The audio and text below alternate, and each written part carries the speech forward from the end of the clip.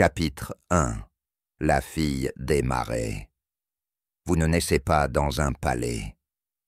Oh non, oubliez les halls en marbre et les berceaux en or. Vous naissez dans une hutte de boue glorifiée, avec un toit de chaume et un sol fait de regrets, et de crottes de chèvre compressées. Les murs sont tissés en torchis, un terme ancien et charmant pour désigner des brindilles collées ensemble avec du mucus de vache. Bienvenue dans la Grande-Bretagne de l'âge du fer, glorieuse, brumeuse, détrempée et profondément méfiante envers les pantalons. Dehors, les landes s'étendent à perte de vue, comme un tapis vert et mouillé, que quelqu'un a oublié de passer l'aspirateur. Le vent hurle, comme si les collines audationnaient pour une histoire d'horreur. À l'intérieur, ta mère fredonne une berceuse ancienne à propos d'une femme qui s'est transformée en loup après avoir mangé trop d'oignons. Vous n'êtes pas sûr si c'est un avertissement ou une prophétie. Vous êtes Boudica. Oui, la Boudica. Bien que pour l'instant tu ne sois qu'une pomme de terre hurlante, emmaillotée dans de la laine. Ta naissance n'est pas marquée par des trompettes royales ou des astrologues, mais par ton père trébuchant sur une chèvre et tombant dans un foyer en criant « C'est une fille !» et elle lance déjà des regards noirs. En grandissant, les signes sont là. Tu ne gazouilles pas, tu grognes. Vous ne jouez pas avec des poupées, vous les mettez en scène pour des raids. Votre premier mot est soit lance, soit évasion fiscale. Les druides sont divisés à ce sujet. La vie dans la tribu Iceni est bien des choses, terreuse, chaotique et dangereusement proche du tétanos. Il n'y a pas de fourchette, seulement des bâtons pointus. Pas de toilettes, seulement des regrets. Mais il y a de la liberté ici, une sauvagerie dans le vent, une obstination dans le sol. Vous apprenez vite que le confort est pour les Romains et les gens qui portent des chaussures à l'intérieur. Ta mère est une guerrière dans la cuisine, et à l'extérieur, elle peut dépecer un lapin plus vite que la plupart des gens ne peuvent dire « lapin ». Et elle a une fois gagné une dispute avec un collecteur d'impôts romain en n'utilisant qu'une louche. Votre père est un homme fier qui croit que les émotions sont pour les moutons et qui mesure le succès par le nombre de choses qu'il peut porter. En grognant, vous êtes élevé avec amour, certes, mais le genre d'amour qui comporte un risque quotidien de blessure. Vous apprenez à monter un poney hirsute nommé Bristol Bom qui vous déteste, la vie et probablement lui-même. Vous apprenez à manier une épée en bois si lourde qu'elle devrait être classée comme une petite bûche. Vous apprenez que si vous pouvez éviter une chèvre, vous pouvez éviter n'importe quoi. Votre éducation est solide, bien que peu conventionnelle. Les mathématiques sont enseignées en pariant sur des combats de coqs. L'histoire s'apprend en écoutant des oncles ivres se disputer sur qui a donné un coup de poing à qui lors du festival du solstice de l'année dernière. Les études religieuses impliquent beaucoup de cris aux arbres et d'excuses aux rivières. Les druides sont partout, vêtus de robes, mystérieux, et apparemment allergiques aux réponses directes. Ils disent que les dieux parlent à travers les rêves, les présages et parfois les légumes racines. Un druide particulièrement théâtral nommé Vieux Barbe-Mousse insiste sur le fait que vous êtes né sous le signe du loup blaireau, ce qui est soit incroyablement noble, soit profondément inquiétant. Il t'a fait porter un navet sur la tête pendant 3 jours pour apaiser les esprits de la flatulence. Tu l'as fait. Tu avais 5 ans. Tu as aussi appris à ne jamais faire confiance à un homme qui glousse en brûlant de la sauge. À l'âge de 10 ans, tu es déjà plus fort que la plupart des garçons de ton âge et plus sarcastique qu'un sénateur romain lors d'une dégustation de vin. Tu combats avec des garçons, des filles, et l'occasionnel bouc qui s'est égaré pendant l'entraînement. Tu perds contre la chèvre plus souvent que tu ne le voudrais. On vous remet un torque en bronze à porter autour du cou, une chose lourde et ancienne transmise par votre grande-mère. C'est à la fois un bijou et une menace, à la fois un ornement et une arme si on le brandit avec suffisamment de fureur. Vous le portez avec fierté, même s'il sent légèrement l'ours. Le monde, au-delà de votre lande, est en train de changer. Il y a des murmures au sujet des Romains, des maniaques en manteau rouge, portant des sandales, amoureux des bains, qui pensent pouvoir tout recouvrir d'aqueducs et de suffisance. Ils abattent des bosquets sacrés pour construire des bureaux des impôts. Ils construisent des routes à travers des collines qui étaient parfaitement bien en tant que collines. Votre peuple les appelle pigeons de métal à cause de leurs casques brillants et de leur tendance à faire leurs besoins partout où ils vont. Vous entendez les histoires des marchands et des druides exaspérés. Rome est une bête, lente, insidieuse, toujours en expansion, comme de la bouillie laissée trop longtemps sur le feu. Mais pourtant, dans votre petit coin du monde, ils sont lointains, plus mythes que menaces. Vous pensez plus aux poneys qu'à la politique, plus de gâteaux au miel que d'hégémonie. Vous rêvassez souvent de guerre, de gloire, et peut-être de lancer une entreprise de capture de chèvres. Tu écoutes les anciens raconter des histoires près du feu, de reines anciennes qui crachaient au visage des conquérants, de rivières qui avalaient les lâches, de guerriers qui combattaient nus parce que les pantalons étaient pour les lâches et les Romains. Vous ne voulez pas simplement entendre ces histoires, vous voulez en être un, mais pour l'instant, tu attends. Regarde, grandissent. La brume s'insinue sur les collines, comme un chat qui sait quelque chose que vous ne savez pas. Le vent murmure des choses étranges à travers la bruyère, et au plus profond de toi, quelque chose de féroce commence à couver.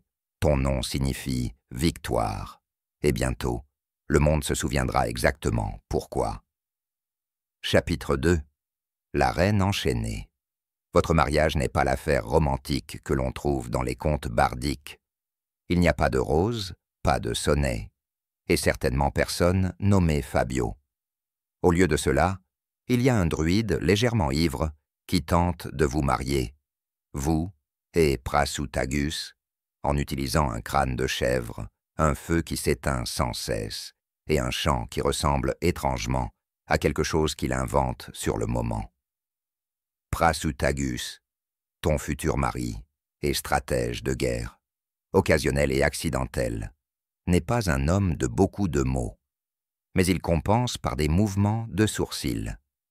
Il est le roi des Iceni, ce qui signifie qu'il possède une maison ronde légèrement plus grande que celle des autres et qu'il a la priorité sur le ragoût communal.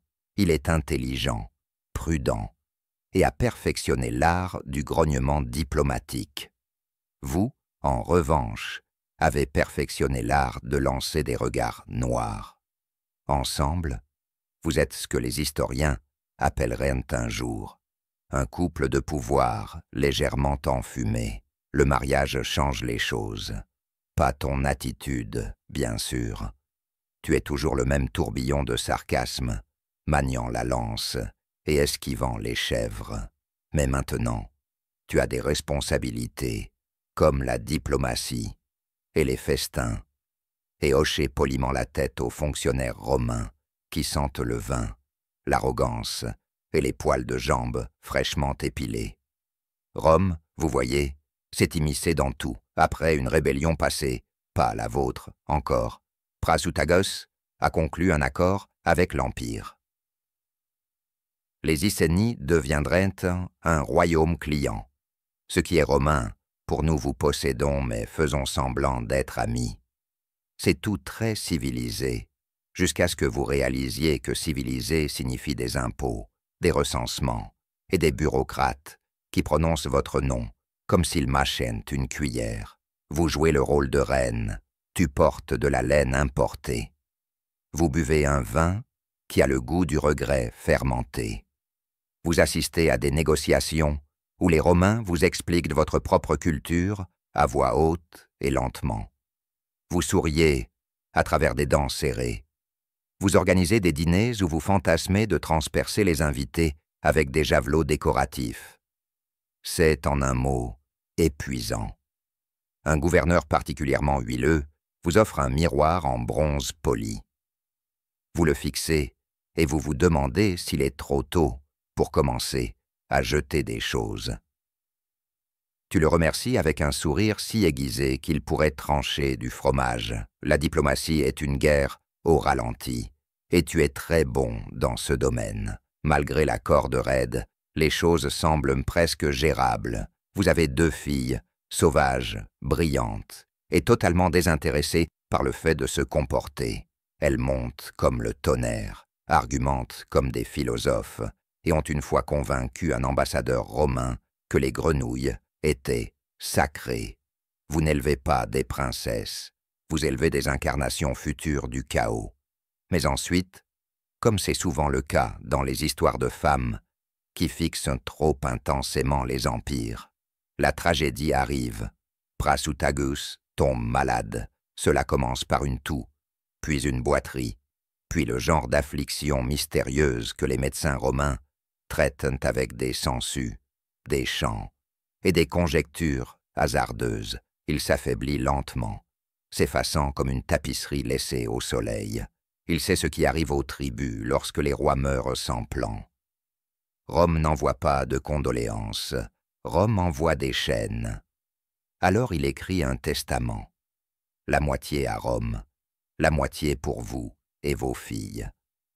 C'est un compromis, une offrande de paix, une échappatoire légale, enveloppée d'optimisme. Il pense que c'est astucieux. Rome trouvera ça hilarant. Le jour de sa mort, le vent change. L'air sent le fer et les mauvaises décisions. Tu pleures à la manière de ton peuple, silencieusement, entouré de feu, tenant tes filles près de toi. Tu places son torque sur l'autel, dis son nom aux étoiles et attends. Rome ne fait pas attendre longtemps. Il n'arrive pas avec des prières, mais avec des rouleaux. Pas avec des cadeaux, mais avec des soldats. Pas avec du respect, mais avec de l'arrogance.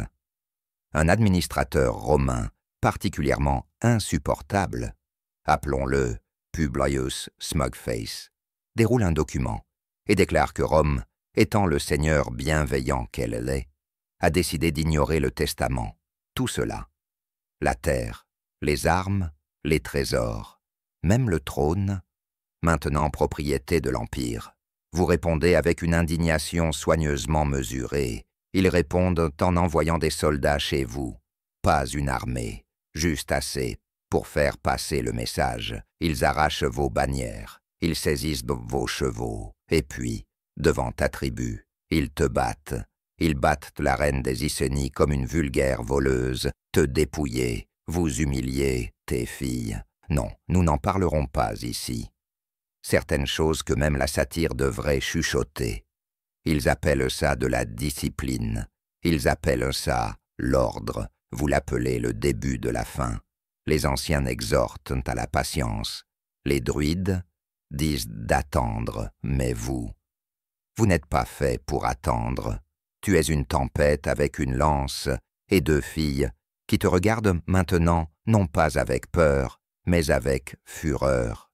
Tu t'agenouilles dans la poussière, non pas en signe de reddition, mais en silence. Autour de vous, votre peuple s'agenouille aussi. Un empire pense t'avoir écrasé. Tout ce qu'il a fait, c'est comprimer quelque chose qui brûle, maintenant plus intensément qu'avant. Tu ne cries pas, tu fais un serment. Vous vous relevez des cendres de la honte, non pas en reine, mais en jugement. Et quelque part au loin, Rome bâille, s'étire, et n'a absolument aucune idée de ce qui l'attend. Chapitre 3. Le serment dans les cendres. Il d'arvez que la vengeance est un plat qui se mange froid. Vous le préférez grillé à la flamme, avec un accompagnement de fierté romaine, rôti, et un filet de réduction de vengeance. Vous ne rassemblez pas votre armée avec des discours ou des rouleaux. Vous le faites à l'ancienne, en entrant dans les conseils tribaux avec de la fumée encore dans les cheveux et du sang dans les yeux. Tu ne dis rien pendant 10 secondes entières, un silence si lourd qu'il fait déplacer les guerriers mal à l'aise et fait tomber la tasse d'un malheureux. Puis vous parlez. Ils sont entrés chez moi. Ils sont venus pour mes filles. Ils sont venus pour notre avenir. Et ils ont oublié de partir vivants. C'est l'argument de recrutement. Subtil, non efficace. Absolument, les anciens bégayent. Les druides marmonnent quelque chose sur des présages et des feuilles. De thé défavorable, une voyante particulièrement âgée essaie d'interpréter le rêve d'une oie. Vous les avez tous réduits au silence d'un seul regard. C'est le genre de regard qui fait cailler le lait et dessécher les poils du visage. Vous vous entraînez en secret. Les vieux guerriers émergent de leur retraite comme des porcs épics en colère, grinçants mais avides. Les jeunes arrivant en masse, beaucoup d'entre eux armés d'outils agricoles rouillés, de massues en bois ou d'un optimisme inébranlable, le forgeron local, qui n'a pas fabriqué d'épée depuis des années, sanglote ouvertement, en martelant sa première nouvelle lame. Son apprenti se brûle les sourcils en essayant de fabriquer un lance-javelot. Vous le promouvez quand même. Tu reforges les vieilles armes. Vous déterrez des lames enfouies depuis la dernière rébellion et enlevez les siècles de rouille avec de la salive et de la détermination. Vous réutilisez tout. Les poils deviennent des boucliers. Les cloches de chèvre deviennent des systèmes d'alarme. Une femme très enthousiaste transforme la charrue de son mari en un engin de siège à 2 personnes nommé le divorce. Les druides, à contre-cœur, impressionnés, commencent à chanter. Ils bénissent les guerriers avec de la fumée, des plumes et des mots, qui peuvent ou non être authentiques. L'un d'eux insiste sur le fait que tu es né de la foudre et de la rage fermentée. Un autre prétend que vos filles sont les réincarnations de la vengeance et de la variole.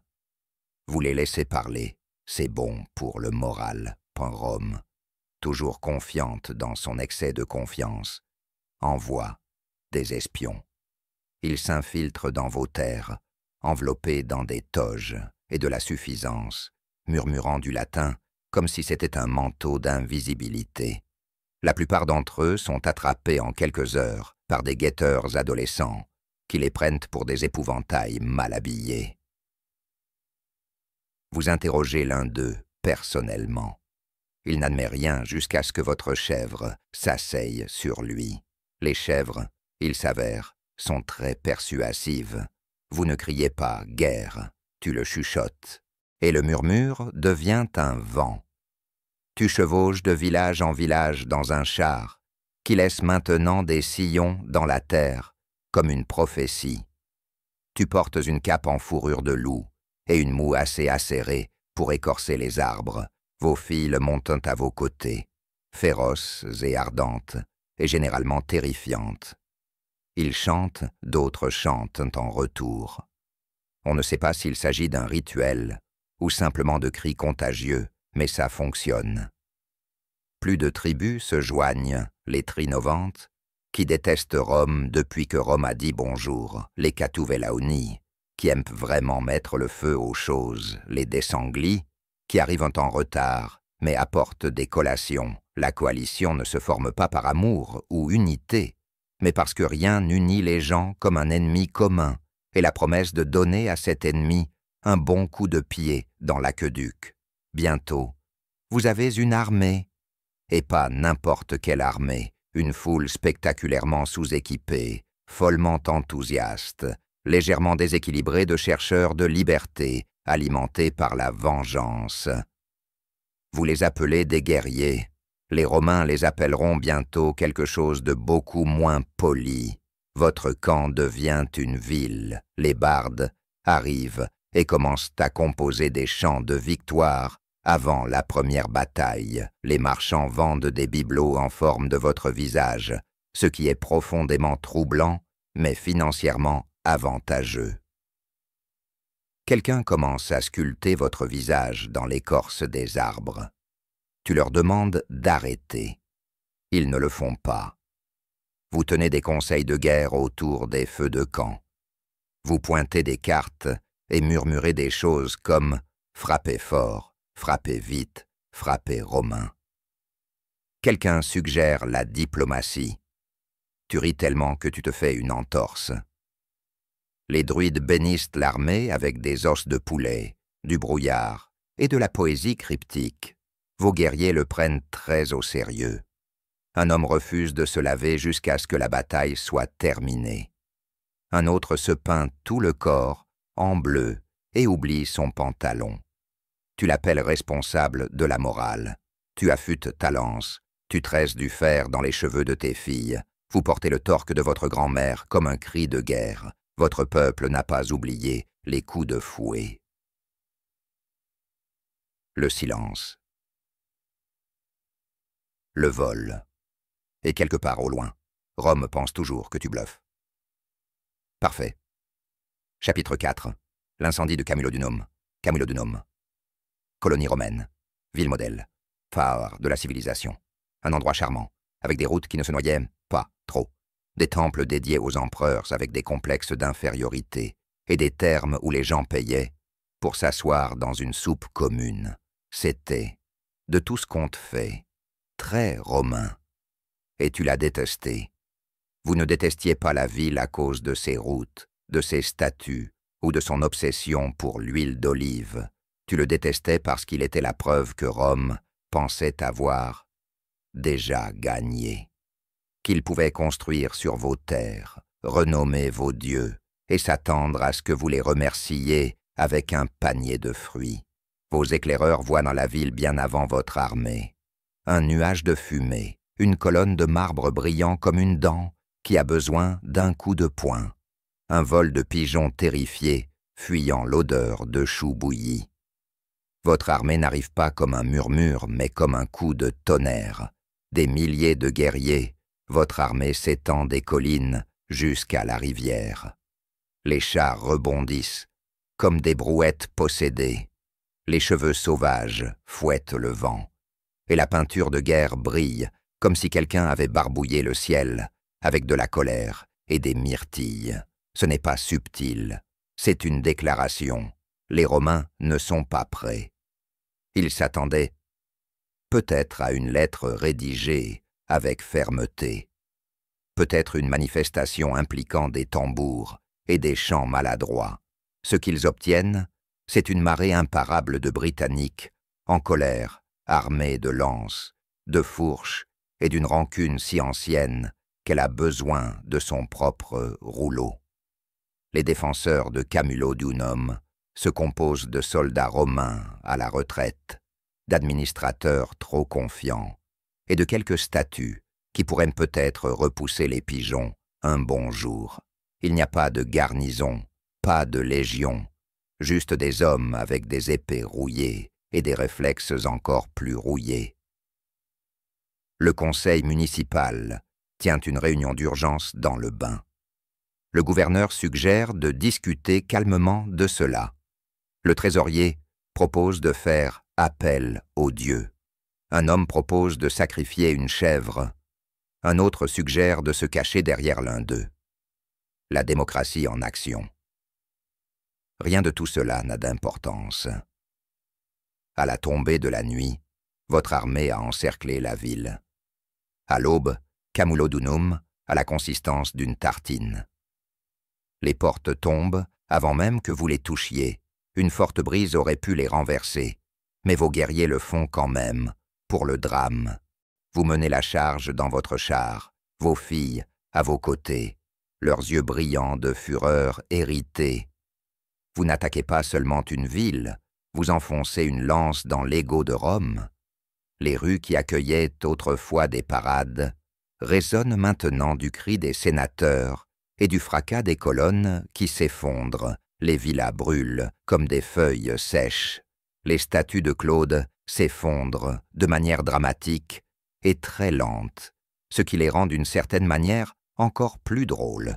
Vous atteignez le temple, ah oui, le temple de Claude. Construit pour honorer un empereur mort qui a un jour éternué en plein discours et a quand même conquis la moitié de l'Europe. Ses colonnes sont majestueuses, son autel est suffisant, et ses prêtres se cachent dans un placard à balai. Vos guerriers l'incendient de l'intérieur, les flammes montent lentement, dévorant l'histoire, un fresque sanctimonieuse à la fois. Vous restez dehors, regardant le toit s'effondrer comme un haussement d'épaules divin. La fumée monte, épaisse et sombre, portant un message aux cieux. Nous nous souvenons. Vous ne ménagez pas le trésor, ou les forums, ou la boulangerie qui vous a fait payer un supplément pour le pain d'orge cette fois-là. La seule chose qui reste debout au 3e jour est une statue d'un pigeon particulièrement moche. Même vos guerriers dessentent que cette chose a assez souffert. Quand les feux se sont calmés, vous parcourez les ruines. Votre armée suit, silencieuse pour une fois. Les cendres crissent sous vos bottes. Rome pensait que cette ville était permanente, qu'elle pourrait s'enraciner dans votre terre et devenir grosse et arrogante. Mais maintenant, ce n'est que de la pierre noircissante et de la fierté à moitié fondue. Quelque part, un scribe romain écrira plus tard « Nous ne nous attendions pas à cela ». Tu souris, c'est le but. Chapitre 5. Fumée sur Londinium, Londinium, le joyau de la Bretagne romaine, un carrefour commercial animé où tout est taxé, y compris votre dignité, une ville si romaine qu'elle transpire pratiquement de l'huile d'olive. Vous venez de réduire Camulodunum en gravier enfumé, et maintenant l'odeur de la vengeance se propage vers le sud. Portée par le vent, les rumeurs et les pigeons légèrement brûlés, fuyant les décombres. Les habitants de Londinium entendent des murmures, elle arrive. Certains rient, certains paniquent. Un homme construit un bateau avec des feuilles de chou et flotte sur la Tamise. On ne le revoit jamais. Alors que ton armée marche, elle grandit. De plus en plus de guerriers se joignent à nous chaque heure. Agriculteurs, chasseurs. Des grands-mères, avec des aiguilles à tricoter très pointues. À ce stade, même les oies locales semblent en colère. Vous n'avez pas seulement une armée, vous avez une crise existentielle ambulante avec de la peinture sur le visage. Le gouverneur romain, Gaius Suetonius Paulinus, entend parler de votre avancée, alors qu'il écrase une rébellion au pays de Galles et fait immédiatement la chose la plus romaine qui soit. Il s'enfuit. Retraite stratégique, dit-il, tout en galopant dans la direction opposée avec un rouleau dans une main et un sac d'olives de secours dans l'autre. Londinium est abandonné. Pas de défense, pas de dignité. Juste quelques marchands abasourdis, quelques touristes perdus et un sénateur âgé essayant de soudoyer une vache pour qu'elle le laisse s'échapper sur son dos. Votre armée atteint les portes et les trouve ouvertes, comme c'est accueillant. À l'intérieur, la ville est silencieuse, trop silencieuse, comme si elle savait ce qui allait arriver et ne voulait pas être là pour ça. Vous faites un discours, ou plutôt vous criez de manière dramatique, en vous tenant debout sur une statue brisée de mercure. Ta peinture de guerre se fissure, ta voix est rauque, et ton char a une roue qui ne cesse de grincer, mais personne ne le remarque. Ils sont trop occupés à acclamer comme s'ils assistaient à une bagarre de taverne sponsorisée par les dieux. Puis vous donnez l'ordre, brûlez-le. Et Londinium s'exécute, les flammes sautent joyeusement d'un toit de chaume à l'autre comme des danseurs ivres. Le marbre se fissure, les rouleaux s'enflamment, et le temple de l'empereur, Claude, un autre, est réduit à une fierté fondue. Le marché s'embrase comme du petit bois sec. Adieu, Garum, hors de prix. Certains citoyens fuient, certains résistent, Certains restent là, figés dans l'incrédulité que leur précieuse Rome soit, eh bien, inflammable. Vos guerriers ne montrent aucune pitié. Ils sont feu, fureur, et chantent légèrement désynchronisés.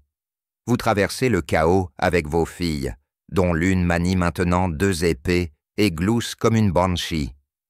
Vous n'avez jamais été aussi fier. Un scribe romain observe depuis une cave, griffonnant furieusement sur un rouleau.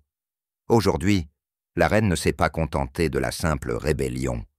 Elle a inventé l'incendie scénique.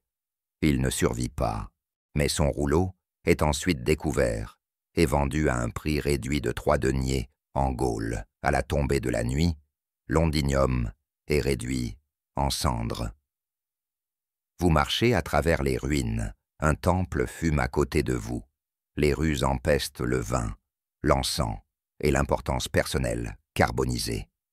Et là, sous un tas de débris, vous apercevez un registre fiscal romain. Vous le ramassez?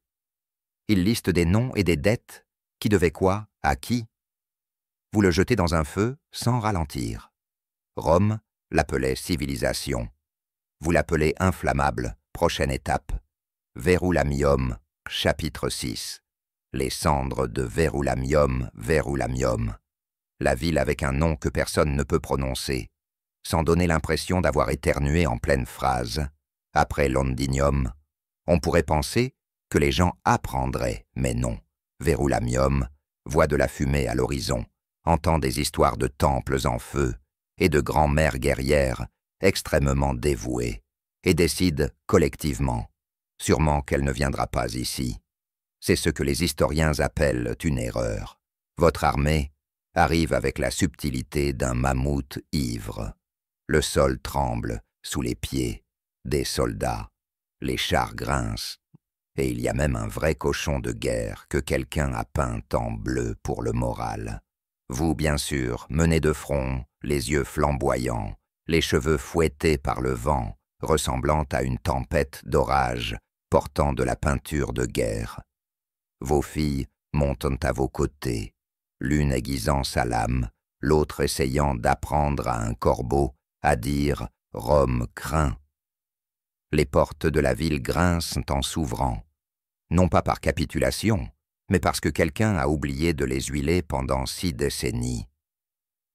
Un marchand sort en offrant un tribut sous forme de gâteau au miel et de supplications douces. Vous acceptez les gâteaux, vous ne ménagez pas la ville, mais cette fois, quelque chose est différent. Votre armée est trop grande maintenant. Ce n'est plus une noble bande de rebelles. C'est un carnaval mobile de feu, de fureur et de gens qui pensent que l'hygiène est une conspiration romaine. Chaque fois que vous essayez de donner des ordres, quelqu'un vous interrompt avec une danse druidique interprétative. Un homme insiste sur le fait qu'il a inventé un nouveau dieu de la bataille nommé Gari. Quelqu'un d'autre défie un arbre en combat singulier. Le camp sent l'ambition, la sueur et quelque chose de sacrilège près de la charrette de fromage.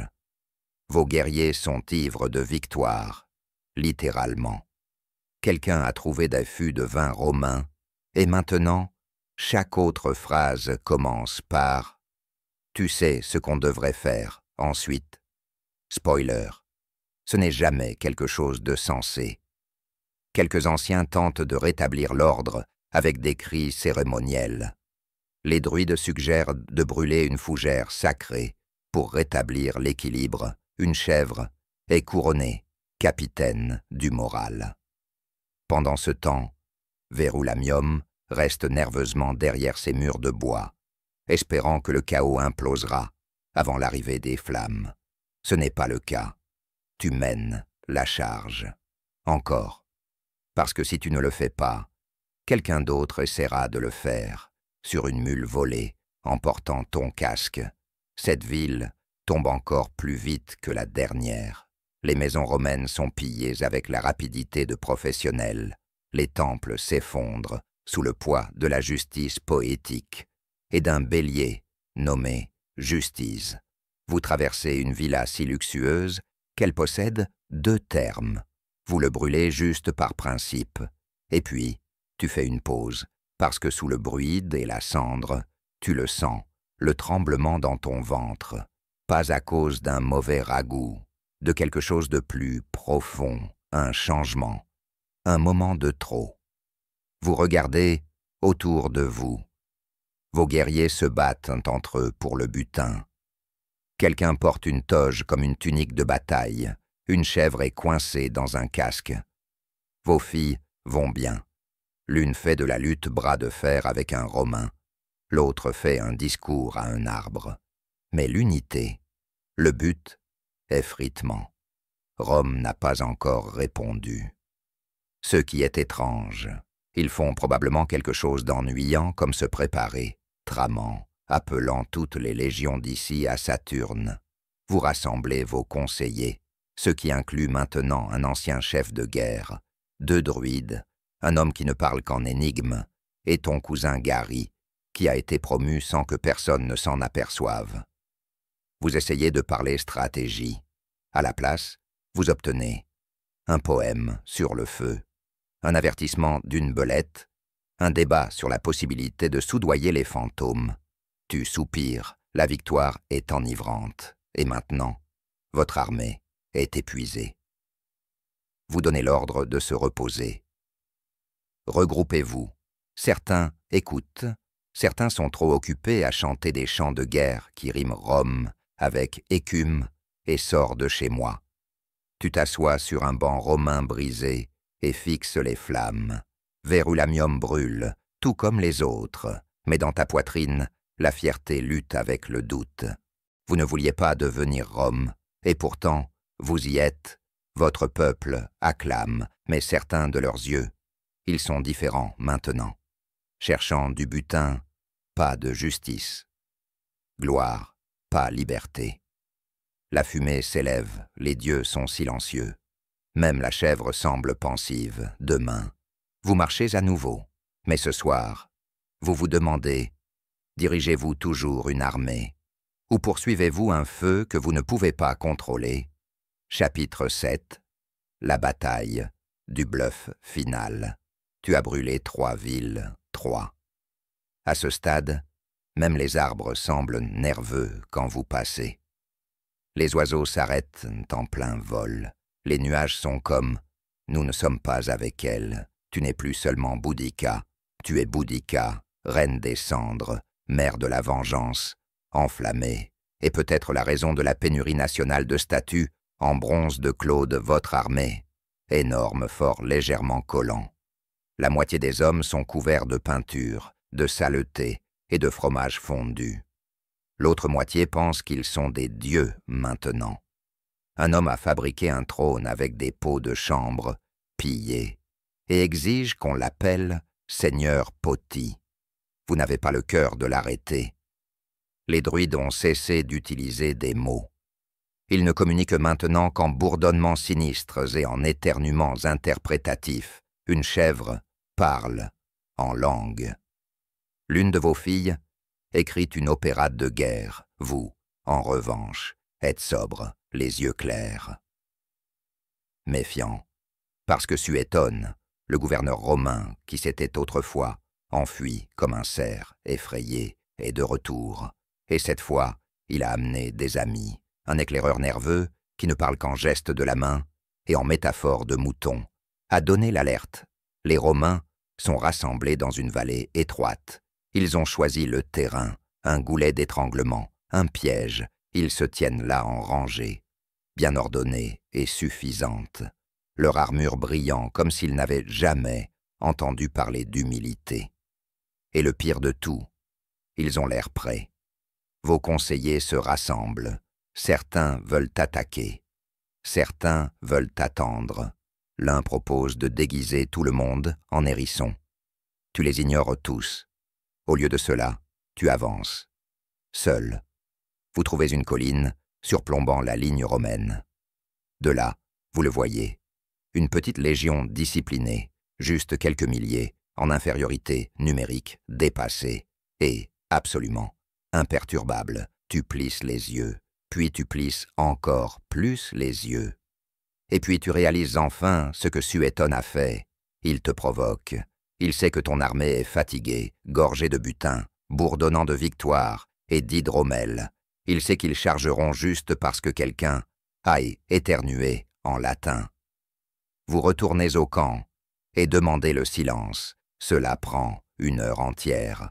Quelqu'un crie encore au sujet des carottes fantômes. Enfin, vous parlez. Nous sommes au sommet de la tempête. Un faux pas, et nous tombons à la mer. Tout le monde hoche la tête avec sagesse. Puis quelqu'un demande si cela signifie qu'ils auront toujours un dessert. Vous n'avez pas le temps pour la subtilité. Alors vous prononcez un discours si puissant, si tonitruant, si épique, que même les chèvres cessent de ruminer. Vous invoquez des ancêtres, des loups, la vengeance, des villes en flammes, et une référence très spécifique au poil de nez d'un collecteur d'impôts romain. Votre armée rugit et charge. La bataille de Watling Street, bien que personne ne l'appelle encore ainsi, commence avec toute la beauté chaotique d'1 million de mauvaises idées.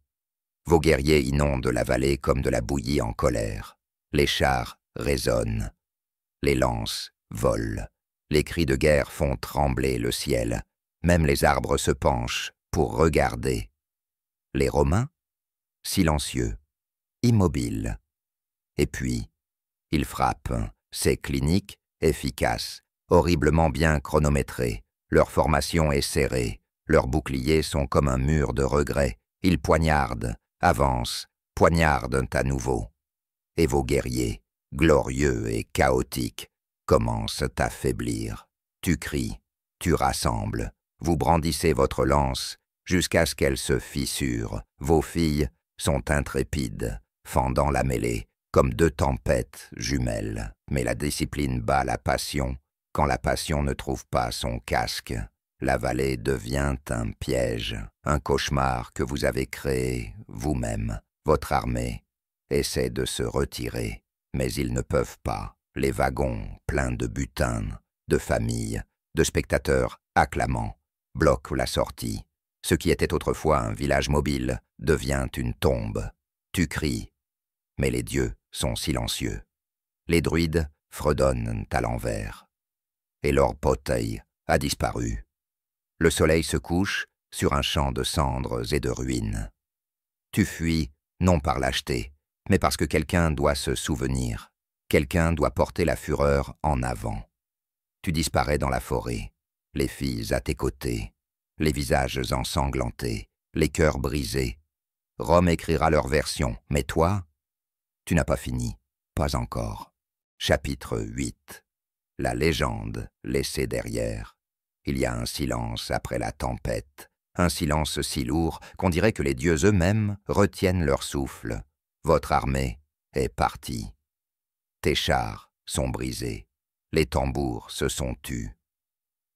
L'homme qui se faisait appeler Lord Poteuil a été vu pour la dernière fois en train de se disputer avec une fougère. Vous chevauchez à travers la forêt avec vos filles, 3 ombres parmi les arbres.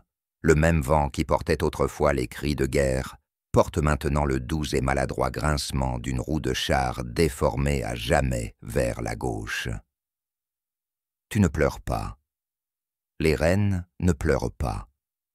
Vous reniflez avec dérision vers le ciel, à la place. Vos filles restent féroces, bien que l'une ait développé l'habitude de murmurer des insultes aux écureuils, et que l'autre se soit déclarée impératrice de la vengeance et des baies sauvages.